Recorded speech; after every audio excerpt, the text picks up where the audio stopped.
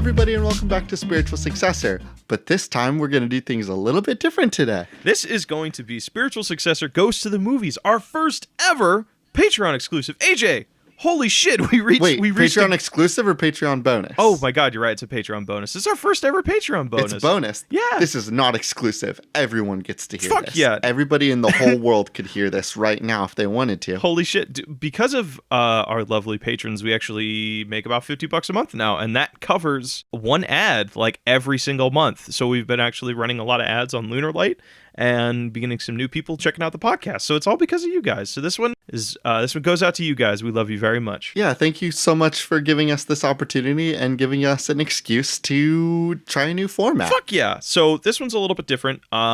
Instead of video games, we've taken movie ideas from our Patreon Discord and are going to turn those into the next big budget blockbuster fucking craziness.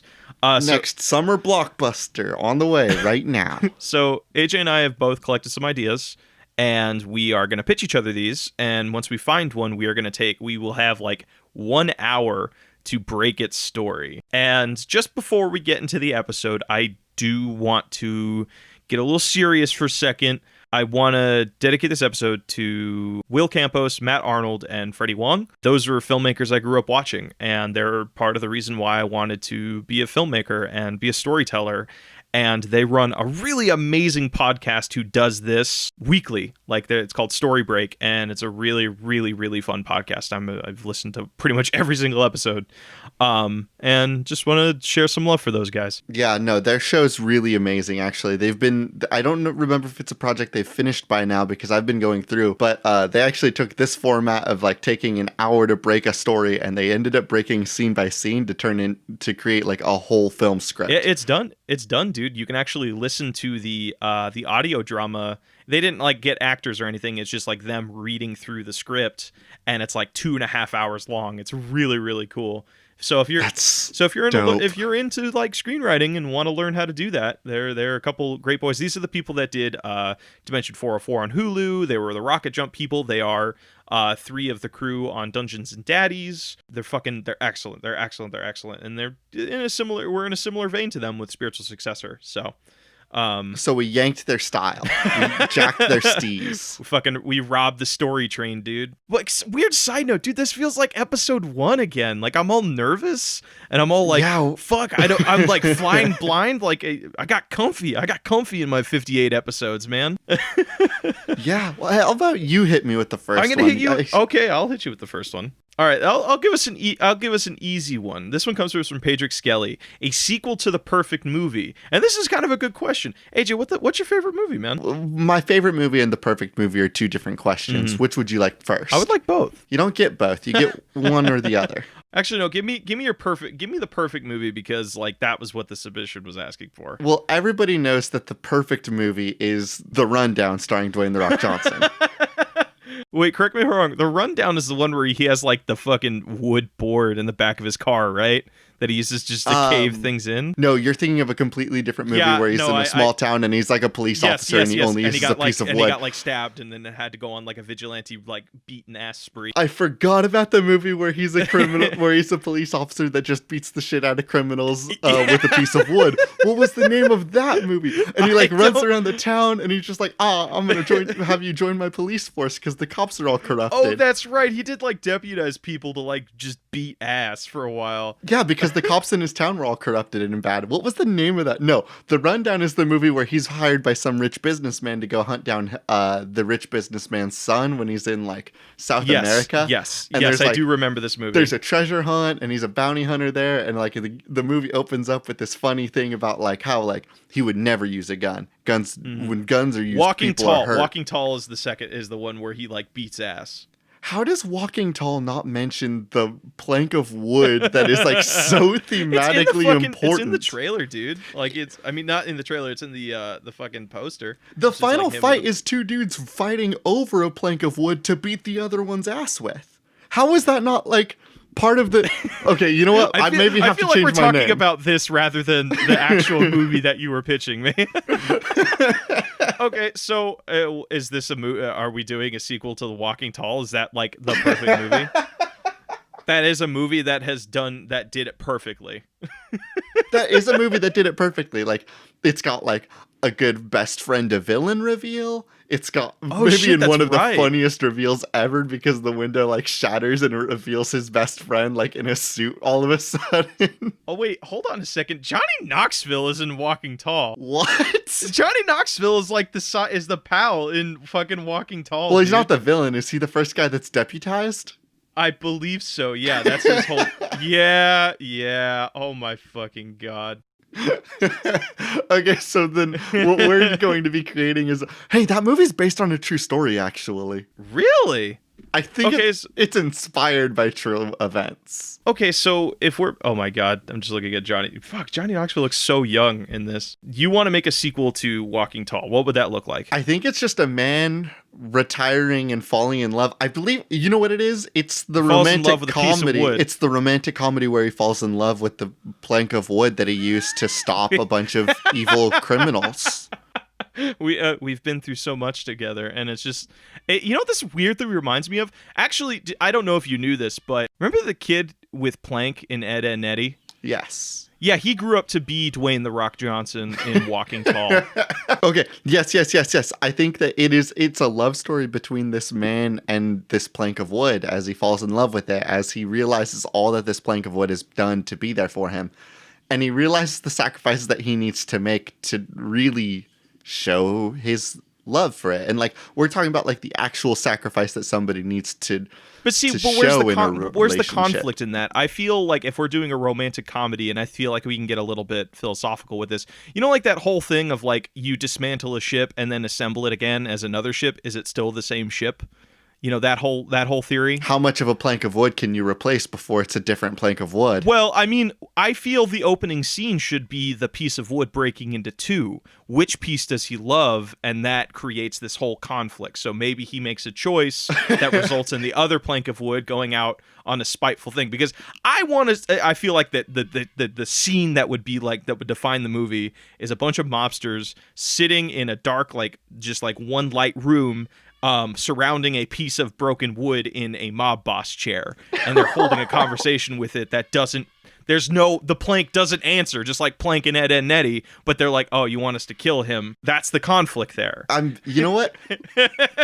I'm very interested in a romantic comedy between Dwayne "The Rock" Johnson and being in a love triangle with two blank pieces of wood. Is this like an action romantic comedy? Because like the first Walking Tall was pretty fucking brutal, but actually it did have some comedic moments. When Johnny Knoxville was deputized, I remember them having like some comedic beats where he's like, whoa, I get a gun? Holy shit. You know, Johnny Knoxville style. Yeah, he does get a gun. So are we just dropping the seriousness of this? Yeah, I think so.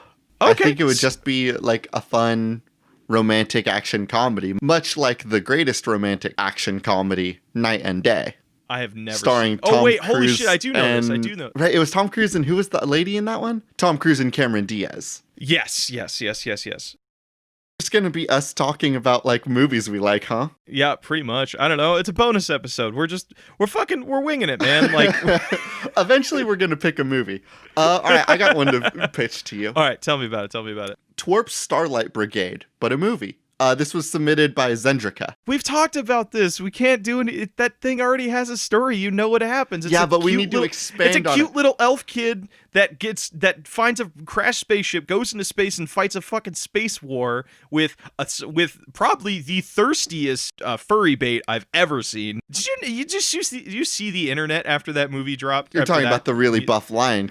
The buff lion bassist. Yeah, the fucking internet got so thirsty after that music video. But like, you know what this movie could be, right? Like, this could be one of those like fun like crew action movies. You know what I mean? Like, this could be like Space Fast and the Furious. Oh, I think a better example would be Guardians of the Galaxy, which is...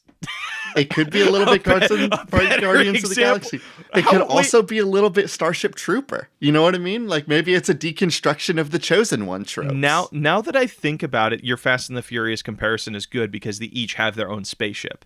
So, you know, one thing that the music video didn't discuss that maybe we could jump into, they didn't really talk about the process of him becoming part of the Starlight Brigade. Yeah. So maybe if you break it apart, like, okay, this is how we can tackle this submission. This is going to be a trilogy. So like the first movie is like him on his wasteland world, and then the end of it is like him escaping into orbit to go fight this. Yeah, he sees something dark in the sky. We actually acknowledge, like, what is it like for him to like choose to go on this heroic space adventure? What is this villain that they're facing? Yeah, what is he escaping from? Because, you know, we get that it's a scrap world, but like, is life kind of peaceful in this scrap world? Is it like this person is hungry to do something? Also, it never explains if this war is going on. Really quick, I think we should do some background. Would be a film adaptation of the music video for the song Starlight Brigade by Twerp. Featuring, actually, I think it features all of NSP. I think, I know Brian, Ninja Brian is in the music video, but I don't know if he did any... work on the track? Yeah, but like Twerp and NSP are so intertwined now that I feel like they just do shit together. Yeah. Like all the time. So if we break it up into a trilogy, through the first one is like him discovering that a war is going on outside of the planet and he's got to escape, and then maybe there's... Well, if you wanted to break it into a trilogy, you could do a system where like there's this MacGuffin on the first island, or first movie would be like him needing to get this spaceship, realizing something's weird about it. It's a little bit like E.T., right? Like there's this thing here that we need to know about and we need to understand and we need to explore. This would then get him off world. Once he's on world, we have this second movie that's about him meeting these like wild and crazy space adventurers and like having to earn, like, it's the first encounter with this darkness that they're fighting, and it's like, I'm here to prove myself as a teammate and as a friend to all of you. And then the third one is about like the dark sacrifices of needing to face this like oppressive war. I think it would be so fun because this is obviously like a coming of age story. So the first movie should be kind of like a sort of like a child adventure, something like Studio Ghibli. It's very innocent. Our opening scene is like them seeing the ship land off in the distance, and that's our MacGuffin. They'd be like, hey, I want to see what that is. Yes. You know, I'm curious what that is. So it's just like him going from like scrap town to scrap town, to get to this, like what he thinks is like a meteor or a falling star or something. And maybe the people that are opposing him are also going there because this is a world powered by scrap, right? They think, oh, hey, a ship landed there. Yeah, we could junk that and turn that into profit. Yeah, you know, or something. And then you realize that maybe towards the end of the movie, and I'm trying to figure out how you can release this, but it's not canceling things in the music video. Because, like, he does come across the ship at the crash site. I think you could just find it and, like hide it away and, like, try to make sure that nobody else finds it. Well, I feel like you could do... I'm trying to think of, like, who are... Like, I feel like our story, we got to figure out who, like, our main players are. I think there are 3 main players in this story.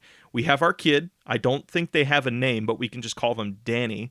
Because that's... Please. Space Dan. Space Dan. All right, that's not Danny from You're Ninja right. Sex Party. That's Space Danny, who's an elf. That's space sex bang, if you will. And then we also have the Scrapper, like the lead scrap warlord.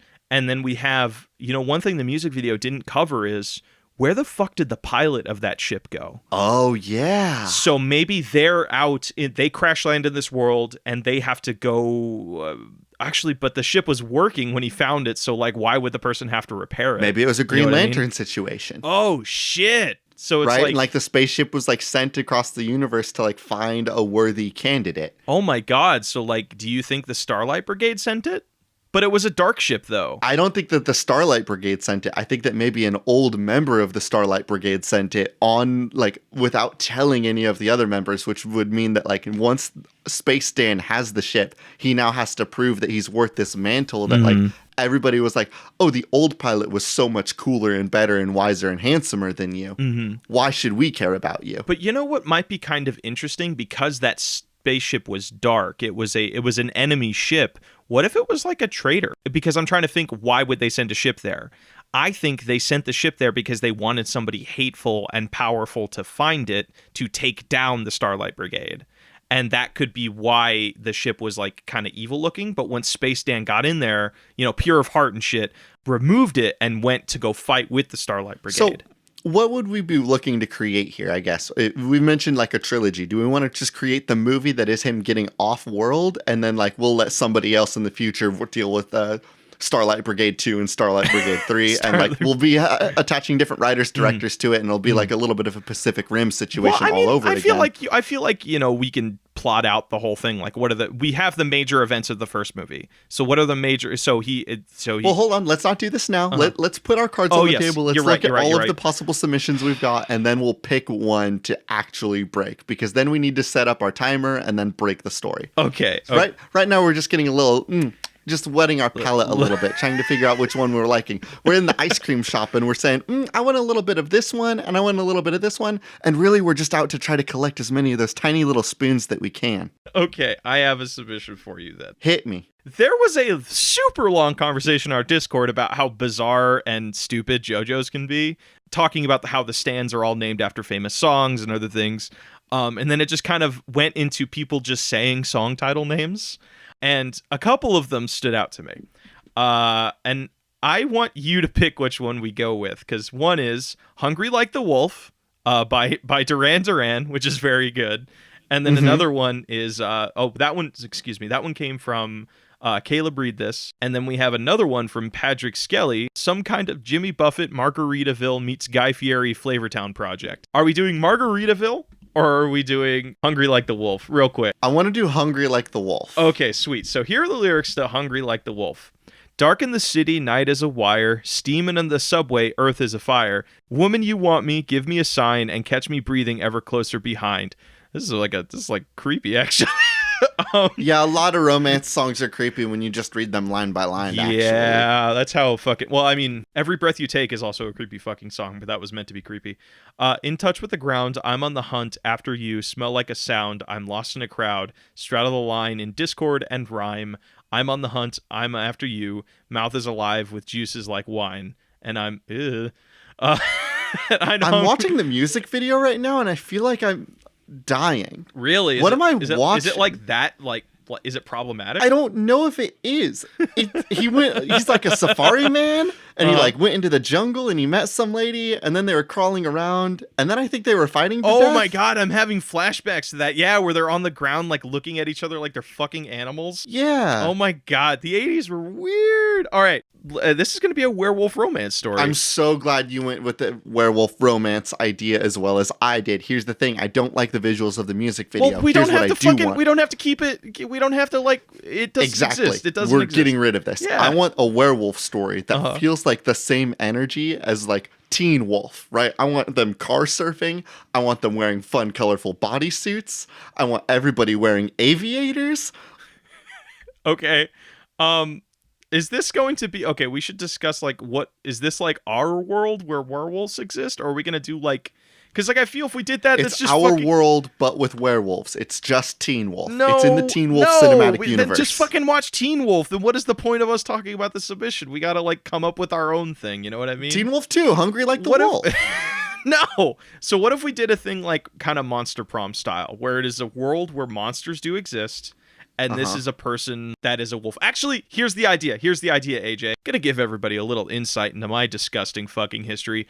I was really into Rosario Vampire when I was a kid. That series fucking rocked. So what if we take that concept where there is a hidden away monster world, and this one kid gets bitten and becomes a werewolf, and it's now their like fish out of water story of them becoming part of this new community and world. What's the story, right? Like what I think it's a tale on adolescence, dude. It's a tale on puberty. Like that's what I think it's about. All right. So it's just a coming of age story. We'll pitch it to Netflix. They can't stop making them. That's true. They're physically incapable of releasing more supernatural coming of age stories, and a werewolf one would fit right in there. Yeah, I don't think they have any werewolf like content, because I know they did. Teen Wolf was really popular for a while. Yeah, there is the edgy Teen Wolf show, but I don't believe that's a Netflix original. No. I believe that was for like MTV or something. I don't know if you watched it, but Teen Wolf was actually pretty fucking good. Does anybody car surf on it? No, but... Then it's a fucking waste of the name Teen Wolf, isn't it? Oh my god, AJ, oh my god! I have Falls in love with a vampire. No, I have it. There's a couple rounds we can do with this. One, this is a werewolf who wants to become a cook. So it's hungry like the wolf. So it's like that's what they're trying to pursue. Fuck. Or we can do a thing where it's like we call it Beach Wolf, and it's about a werewolf who wants to surf. So there's two routes here. Hungry like the wolf, and it's a werewolf that's going to culinary school. Mm-hmm. You've knocked that out of culinary the park. monster high school, basically. Well, culinary monster college, first of all, because he's actually like he's a good cook. He's like a good cook, actually. Like he's going to culinary school. So here's the thing. Here's the opening bit. So it's like he is that kind of cook that only likes fresh vegetables. So he's like out in the field, like collecting vegetables to cook up his primo dish. And while he's out there, that's where he has his encounter with the werewolf.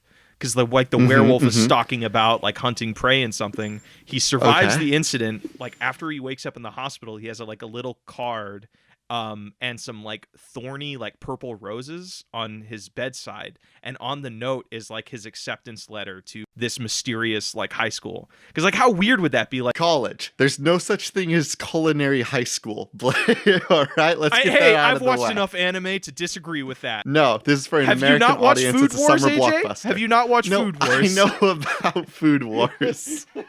Here's my question about like the werewolf culinary school. Like what are some of the central themes we'd be looking at, right? Like what is the want? What do they need to learn? That kind of thing. Exactly. Person should look at like be very selfish in the beginning, very confident in their ability, and the moment they are, this werewolf thing fucks with his coordination skill, so now he's not a good cook anymore. So he needs to humble himself over the course of this story, both accepting his new werewolf abilities and becoming one with himself to become like a better cook. All right, so like the issue that he has in the first place is like he's a perfectionist, right? Yes. He's like very clean cut, very prim, very proper. But then like as the story goes on, like he's coming into his own werewolf. He becomes like, a messy person. And, and his cooking suffers so horribly, and so like it's a story about him accepting these issues and like is realizing that like, hey, he doesn't need to be perfect, he just needs to have fun. And it'd be such a cool scene, like towards the end of it, like there's that montage where like him and his friend or like somebody that's helping him through this journey, he like makes a dish that looks so fucking gross, but it tastes perfect.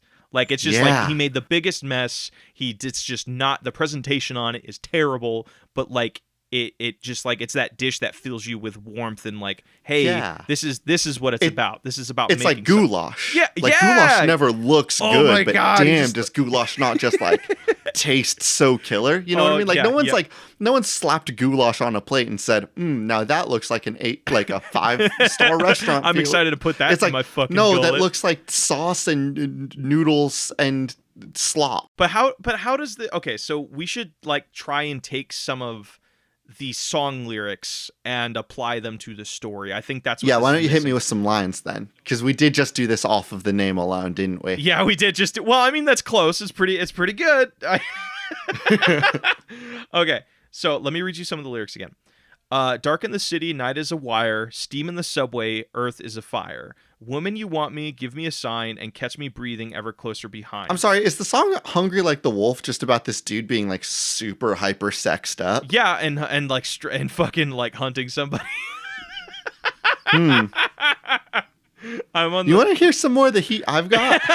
Okay, so real quick, we took Hungry Like the Wolf in name only. We didn't apply any of the sex junk to it. Yeah, that's exactly what the move was. Okay. All right. I got two more options for you. Mm-hmm. Are you a little bit more interested in a sequel or an adaptation? An adaptation. Well, the thing is though, I want to avoid like if this thing like we had a lot of fun with Starlight Brigade because there were holes that we can fill, but I do kind of don't want to just be like, hey, can you make a movie out of this anime series? And I'm like, no, it's like, I feel like the work is already done. You know what I mean? I would say that the adaptation that I could propose to you right now is so congested with so many messy and like random themes that if we wanted to create an adaptation of that, we could pick one of the like 18 themes throughout this hyper congested series and find out what like a one singular movie of that would look like. Okay.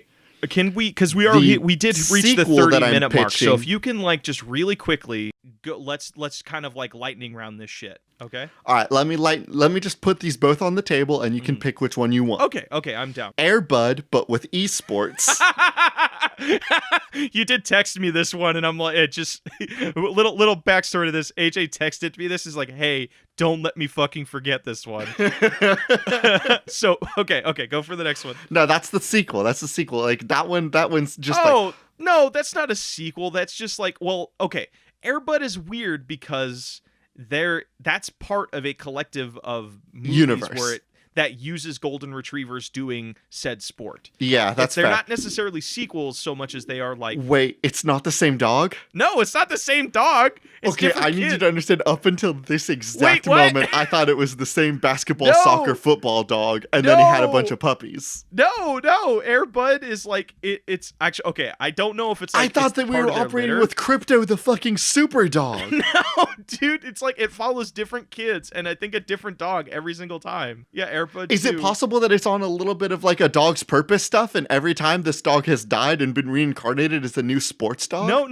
Air Bud. Now hold on, don't shut me down on this because I'm onto something. No, here. Air Bud 1 is about basketball. Air Bud 2 is about football, dude. It's a very talented dog. No, it's completely. Wow, its budget was 11 million, and its box office was 10 million. Uh-oh. No, that's not what I like to hear when I'm trying to plan out the next summer blockbuster. Okay, so Air Bud 1, it was its budget was $3 million. Holy shit. And how much money did it big make? Jump in the money from Air Bud 1 to Air Bud 2. Yeah, huh? I know, right? Okay, so its budget was, oh my god. Its budget was $3 million. Guess how much money it got a return on? 12. No. Uh-oh. $27 million. Damn, Holy Air Bud. Holy shit, and then he dude. And then he died and became reincarnated as a football dog. How about this? Because we live in the modern era. Their owner couldn't let them go, so they had them cloned. That's a thing you can do. Well, it could also be that our esports dog is one of the Air Buddies.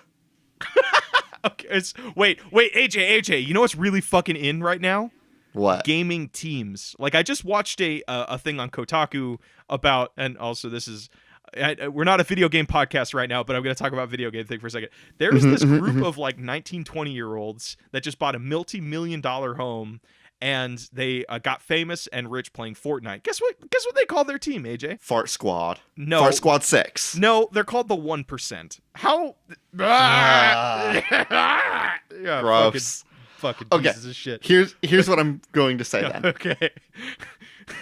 I like this idea of like a singular coach needing to coach like 8 dogs about how to play video games very good.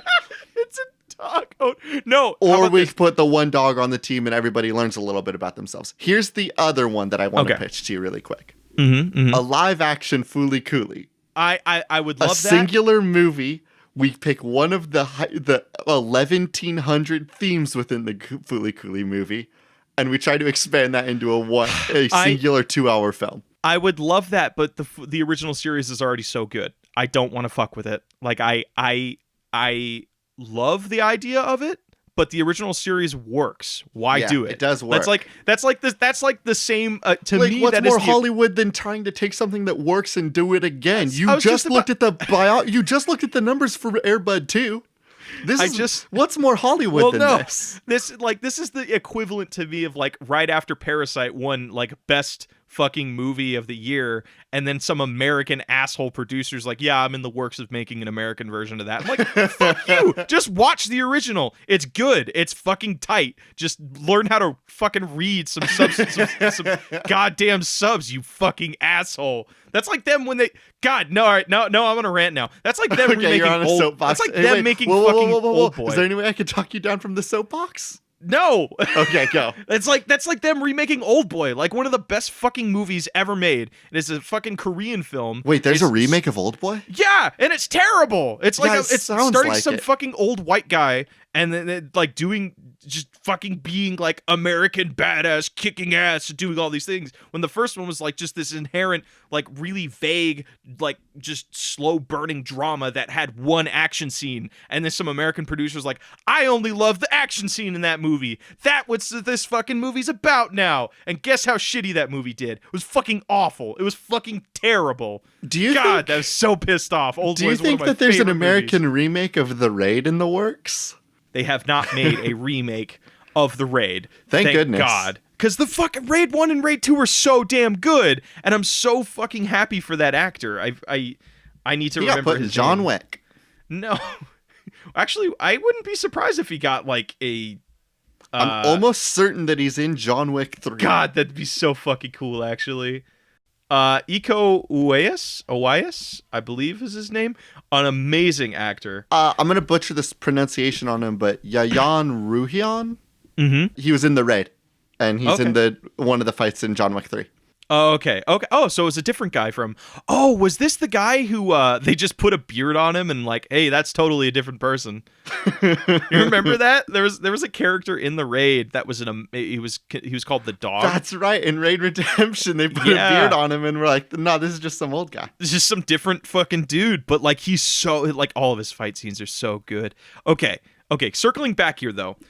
Here's our story with I think we're gonna do Air Bud 2. I don't want to do Fooly Cooly. It's an awesome series. All right, hold on, wait. Are we committed to trying to break the story of Air Buddies or of esports Air Bud?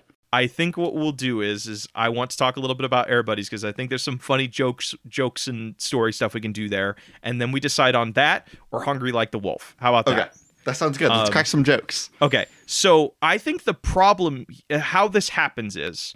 This is not necessarily a person who owns a bunch of dogs. We have a person, because one thing that's really popular right now is dog walkers. I want to express a couple different options that we could go with the placement of our esports Airbud. Mm-hmm. It's 5 space Airbuds, and the boy that he's going to make a companionship with is the coach, and he's going to teach all 5 of these dogs to play League of Legends. Option 2. Okay, that's pretty good, actually. Option 2. There's already 4 people playing League of Legends, and they need a 5th man, so they bring in the dog to teach them all about teamwork. Like, they're a really, really good esports team, but they're really bad about, like, covering each other's lanes. No. They're really bad about, having a support stick with them. But the dog, the dogs the dog loves going on walks. The dog loves being near people. The dog is such a good support player. I love the idea that it's a team of dogs, because you can do a thing where it's like, you have Can a bunch of different kinds of dogs. Can I propose my third option before we make a decision?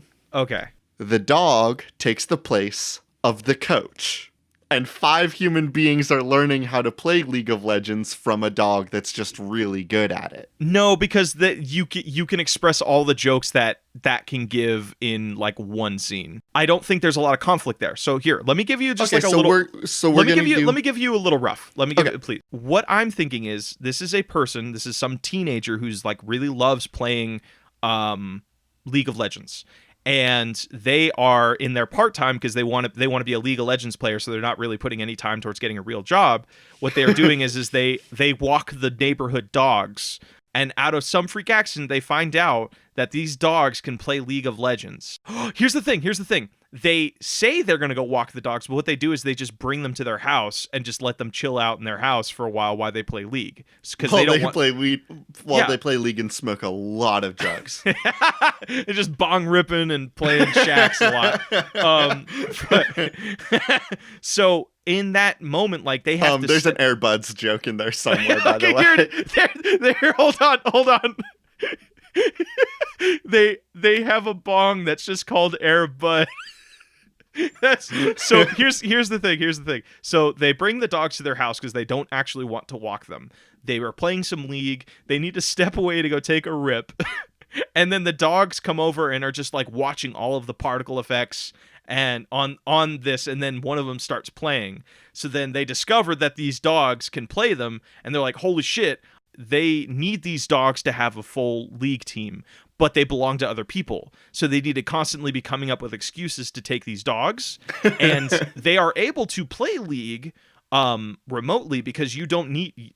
You honestly, AJ, the hundreds of times you played League, you could have been playing up against a dog. There's literally no way you would know. You're right. Until I'm on the big stage. Till you're on the big stage, and that's the thing that happens is like them kind of like it's like the fight of trying to, make excuses to hang on to the dog. It's a lot like Wilfred. I don't know if you watched that TV series, but like he's always coming up with excuses why the dog needs to come over to his house.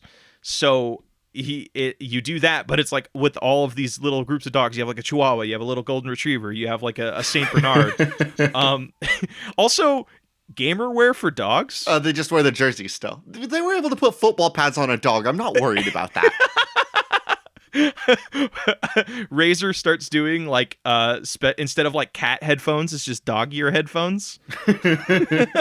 Oh, the merch for this movie is going to be incredible, but we don't need to get too distracted with that. What I do really like about this idea, though, of a bunch of different dogs that can all talk and play video games really well, is that this continues like the arc of the Air Buds cinematic universe, where it is continuing to become less and less about the people and the lessons that the people can learn.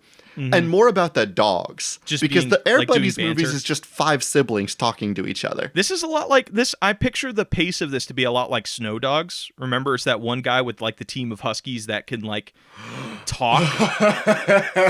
So it's like that really early 2000s like mesh warp face animation. Okay, so like obviously like the viewer is rooting for the Snow Dogs guy because like we like that person and we want him to win, because I don't remember what the actual thing is, but we need to think about like, why do we, the audience, care about our weed smoking, league playing dog walker becoming the next esports champion? We need to talk and think about that, and I think that is an excellent reason and an excellent place where we can start the timer. Real quick. So we're doing game Air Bud, or we're doing Hungry Like the Wolf. I want to do Air Bud. You want to do Air Bud? My concern with that is one, I don't know how much like fuel we have to get through that story to break it. Also, we normally do gaming podcasts, so wouldn't it be kind of nice to not do something related to gaming? We could, but I don't feel like we had a lot of direction to go with the werewolf. Okay, you know what? All right, I feel you. Next, how about this, though? Because I do want to do another one of these gaming spiritual successor goes to the movies. This is another Patreon bonus. Next one can't be game related. All right, next one cannot be game related. I'm willing to match you agree to that. All right, I am starting my 30 minutes. First things first, we need to have a name for our main character, please. Bud? No, not the dogs. No, this is so... No, we can't call... Oh my god, what if all of the dogs are like variations on Bud? So it's yes, like Boo, I'll give you that, but this Bud, is going to be Buddy. the hero's journey. Our hero is going to be our weed-smoking dog walker. He's the character that we need to be rooting for, because we want him to get these dogs to win the League of Legends World's Championship. What's the most gamer name you could think of? I think Jake is pretty good. Or actually, how about this? Because this is actually going to be a YouTube Red original. Markiplier. I was actually thinking Markiplier, or we just have the Game Grumps. So like that's Game Grumps already got a YouTube Red series. Oh my god, they totally League of Legends. So oh my god, that's totally right. Holy shit. So this will be Markiplier. So Markiplier is a weed smoking dog walker. So it's just Mark. And he's college to high school age. It's really kind of ambiguous. He generic is schoolboy. Mm-hmm. Do you think it would work though? He looks like a 30-year-old man now. Yeah, I don't care. This is the casting that YouTube gave us. Okay. So, also I can hear your computer clicks, friend. Yeah, I can't fix that. Okay. What do you want from me? All right. I'm just trying to add a little bit of professionalism as I talk with a loud fucking bird in my backyard. God, fuck me. AJ, I can hear your squawk, squawk. I can hear your clicks. Pretty That was pretty poshy of me. Sorry. Quality. Don't you fucking dare. Okay, all right. We have fucking 28 minutes to crack this thing. So, I think we have our opening. So, this is a person who lives by themselves and their whole life revolves around dog walking and then playing League of Legends when they're not dog walking and taking sweet fucking bong rips.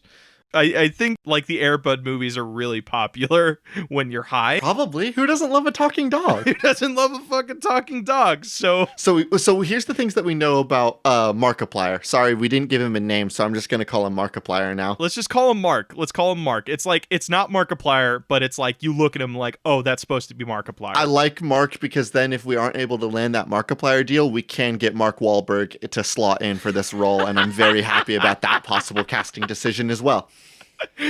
Or you could go like, it'd be kind of funny actually. What if you go against the archetype where it's just like young person? What if this is like somebody kind of out of their prime? This is somebody like, because older people play games too. Like Mark Wahlberg past his prime. You're so right. No, I want to cast Lance Reddick as our fucking dog. I don't know who that is. He's the guy. He's the main villain from Quantum Break. He also is he's Zavala from fucking from Destiny 2. Oh, fuck yeah.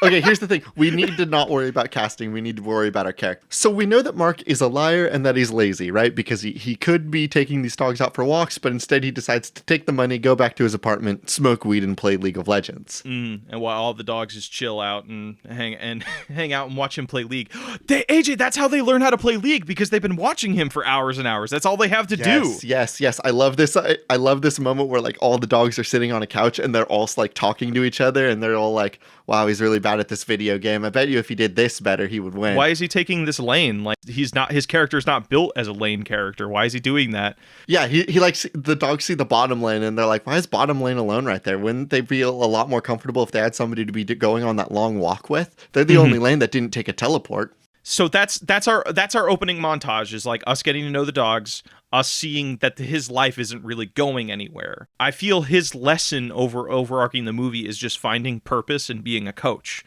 like guiding others, being like a positive influence for these dogs. Yeah, we need to take it from the top. We need to say, okay, why does he want to win the esports competition? What is it about like winning worlds that he wants? He's about to run out of rent money. I feel it can be one of those stoner rent movies, like Tenacious D did it. We could do it too. Okay, so he thinks that like if he wins worlds, that's like the thing. He just needs to be able to win worlds, and then he can.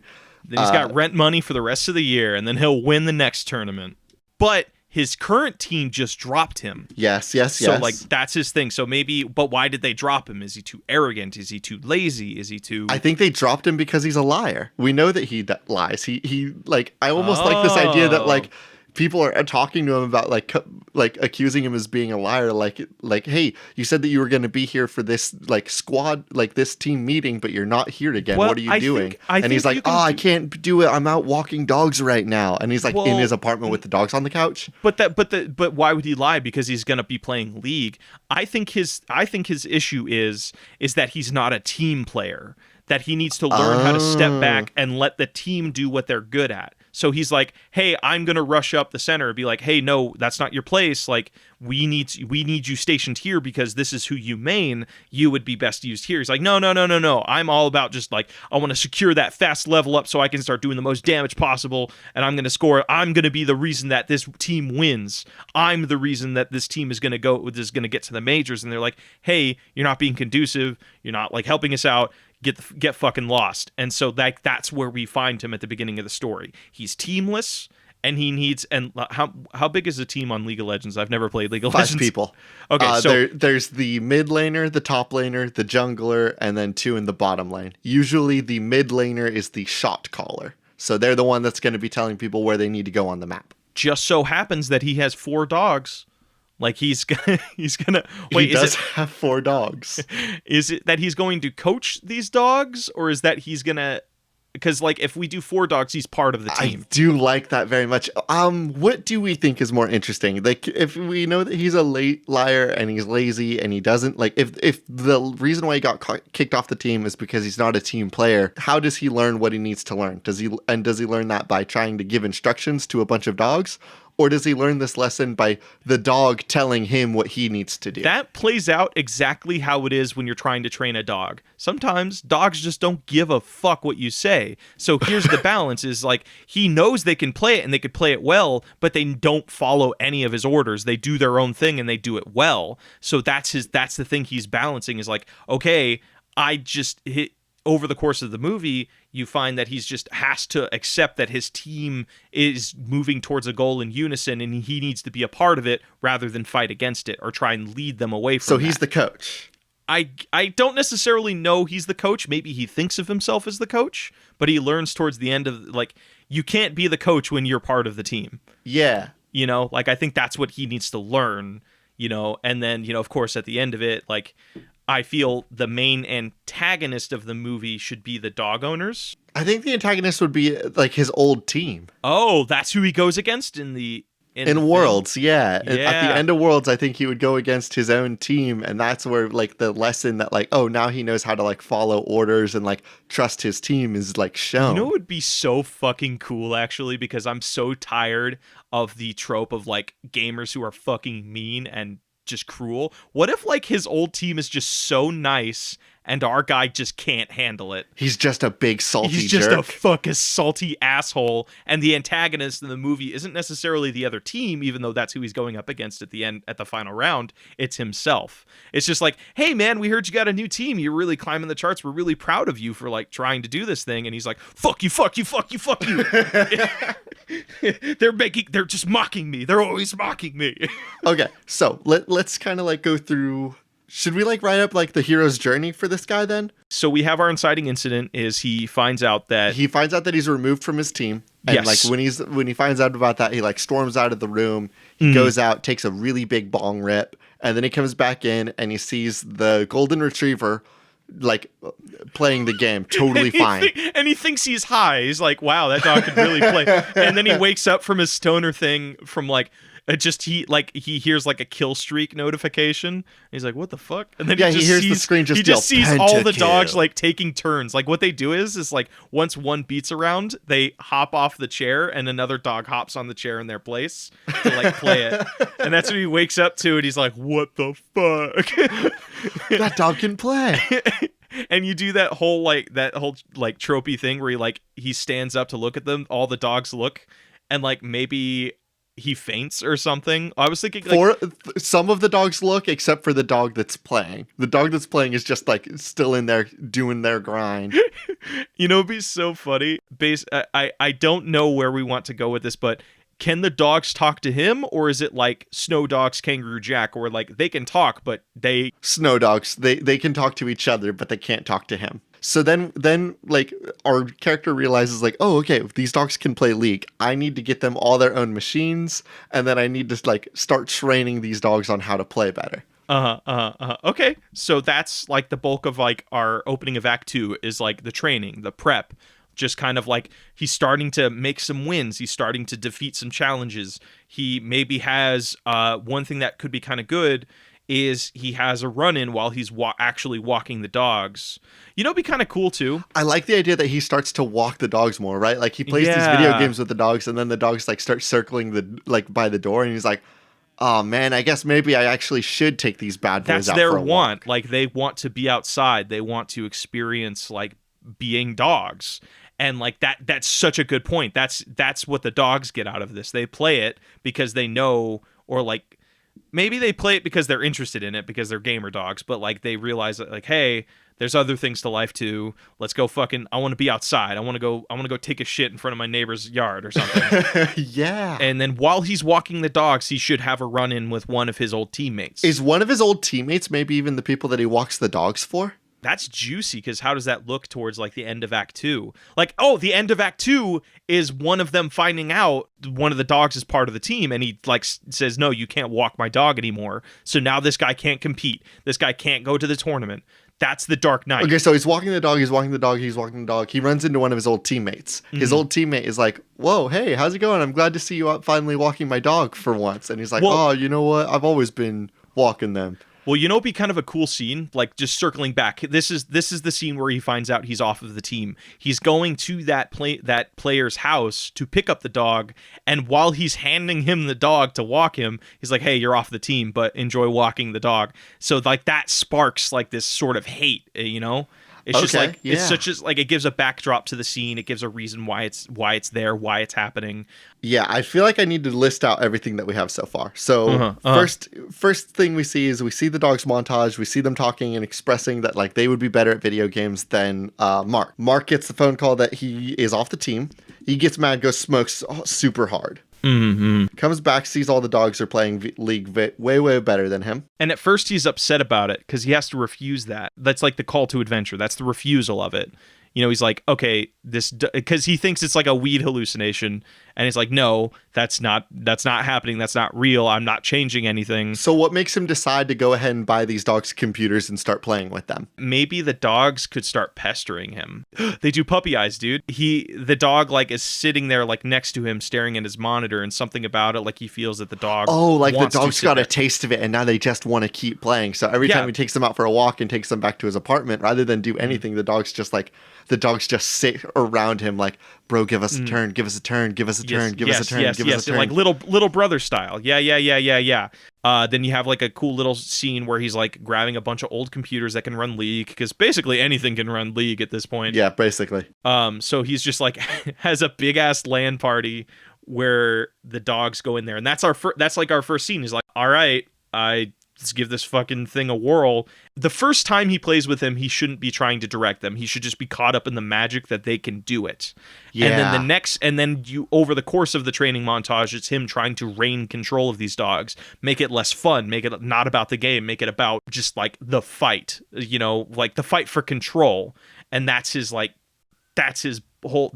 tests. And I think this is where we start to realize that he needs to realize that like the dogs need things, right? So like maybe they're playing a game and the dog keeps on bugging him and like scratching at the door, and he keeps ignoring it, and then the dog goes potty right there in front of the door. And so the next time that the story kind of continues, and then the next time that a dog is scratching at the door, he's like, all right, I should probably make sure that like I let that dog go out. And at that moment, he's like, hey, wait a minute, these dogs can tell me what they want.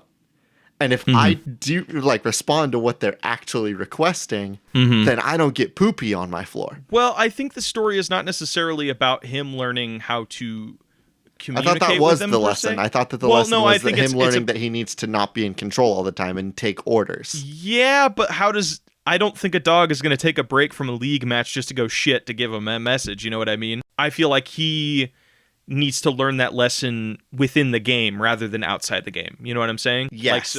How would we, what is like taking a shit in League of Legends? You could ping something until you died.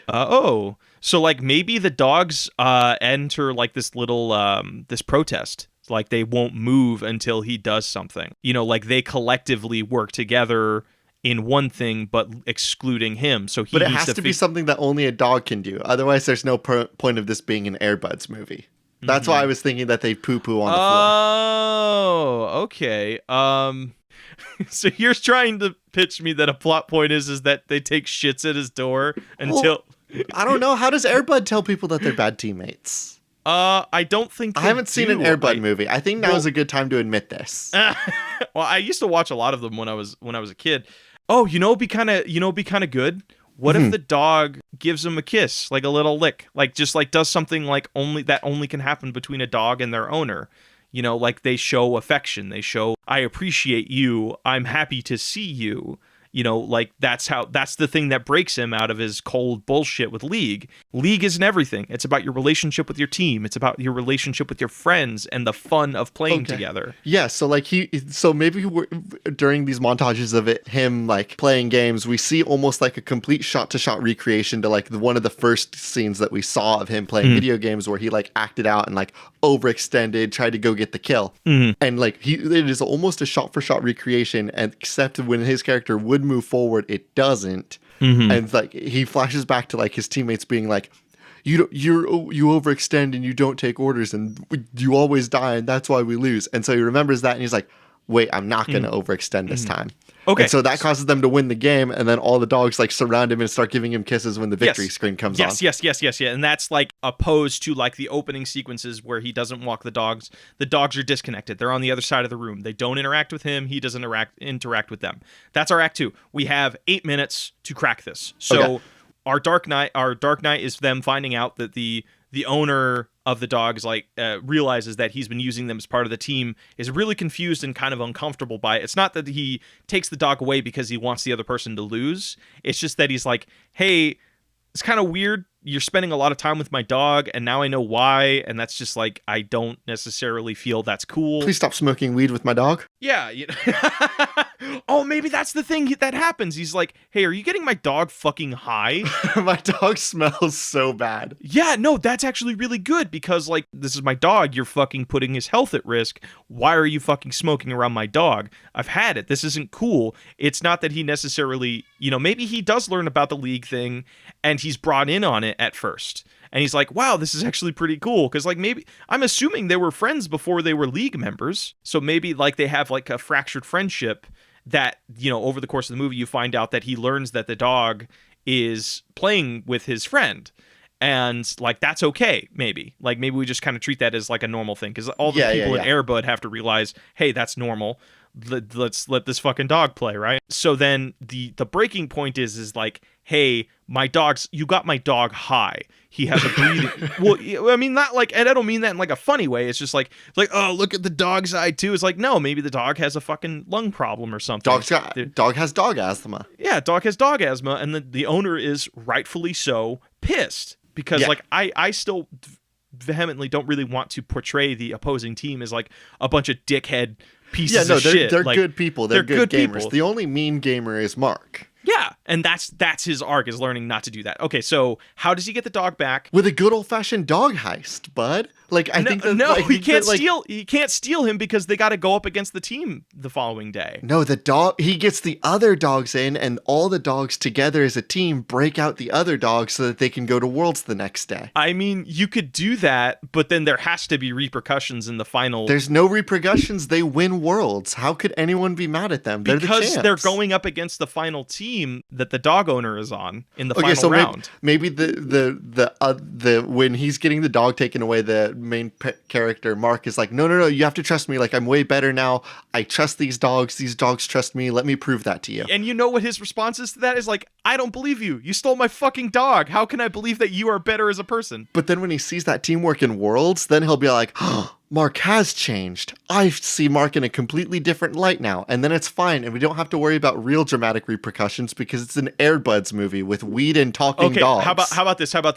So the dog goes missing, and then the owner begrudgingly is forced to watch from the stands as the dog team plays the first round.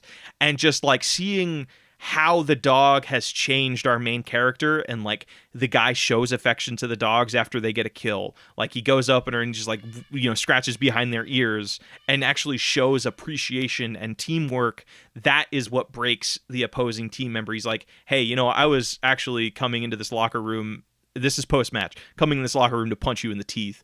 But like to see how this is changed and how to see how you've changed and to see the love that my dog gets when he's in your care, I will allow you to play this final match. So wait, I really like this idea that even without this last dog, they still go up to play this match one man down because like the game's going in rounds. And so he goes up, like he's like, all right, fine. We don't have our jungler dog, but we do still have the rest of the team.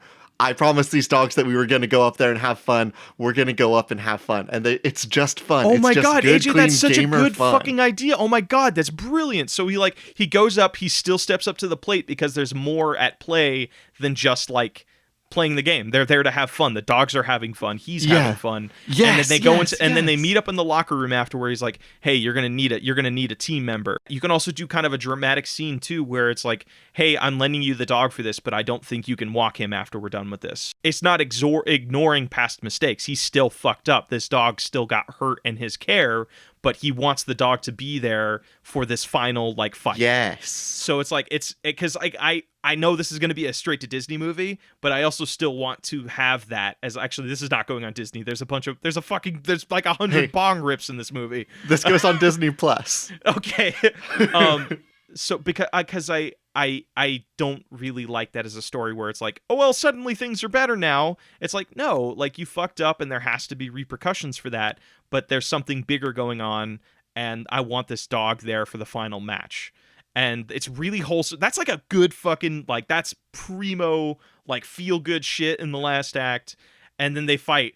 Does he lose the battle? Yeah, they're fucking dogs. Of course he loses against like I think that they're doing so good. They're doing so good. They're doing so good. They get to like the final competition in Worlds and it's a complete wash. But he gets second place, and you know what the second place prize is? Second place at Worlds is not bad at all. No, it's exactly what he needs to pay his rent. It's to the cent is exactly what he needs to pay his rent.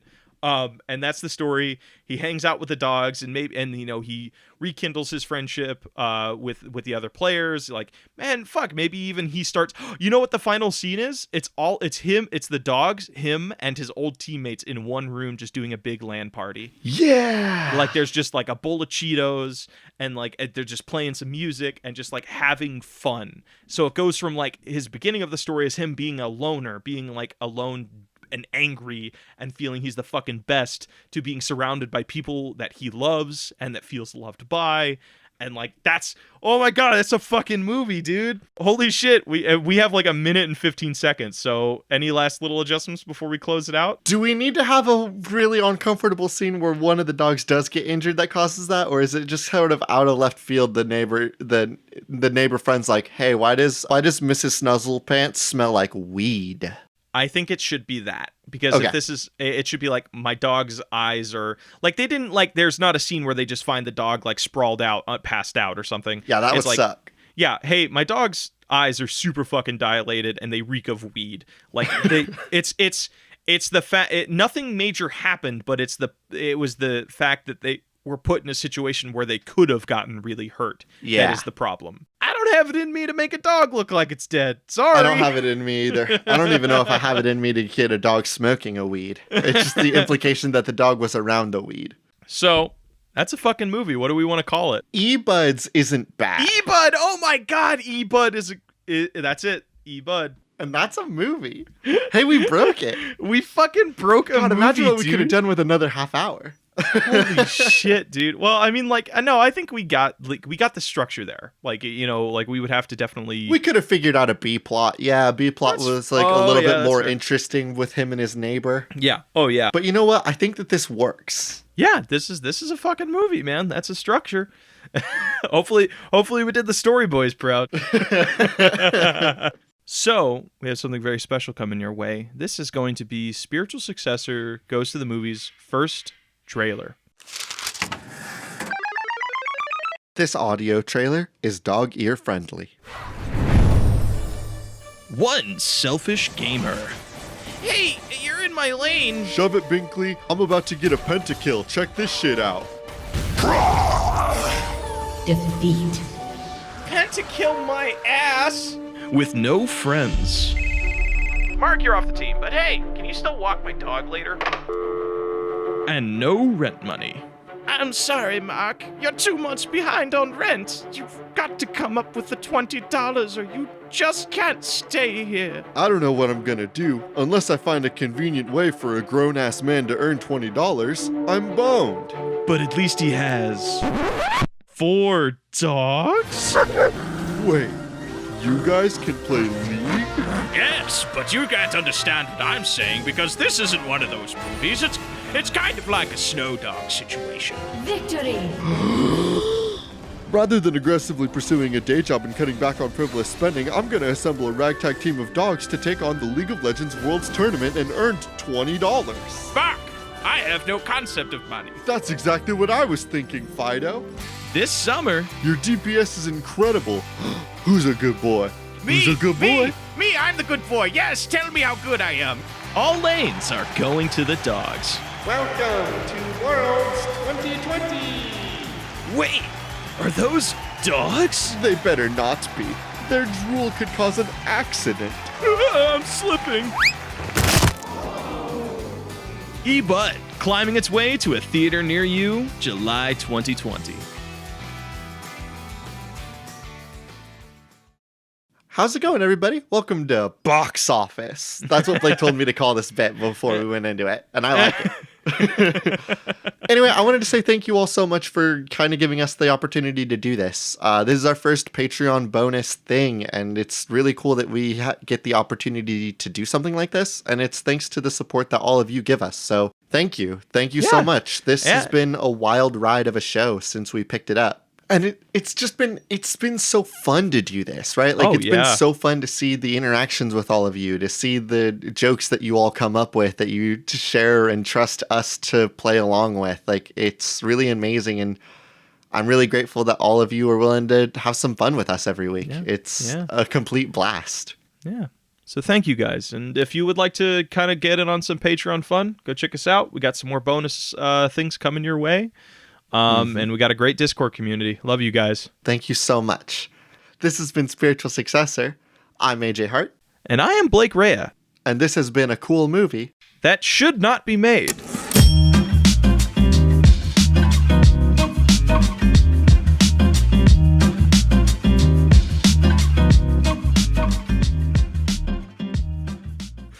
League of Legends? More like League of No Money. I'm sorry, Mark. You've got to come up with the $20 or I'm gonna evict your lazy ass.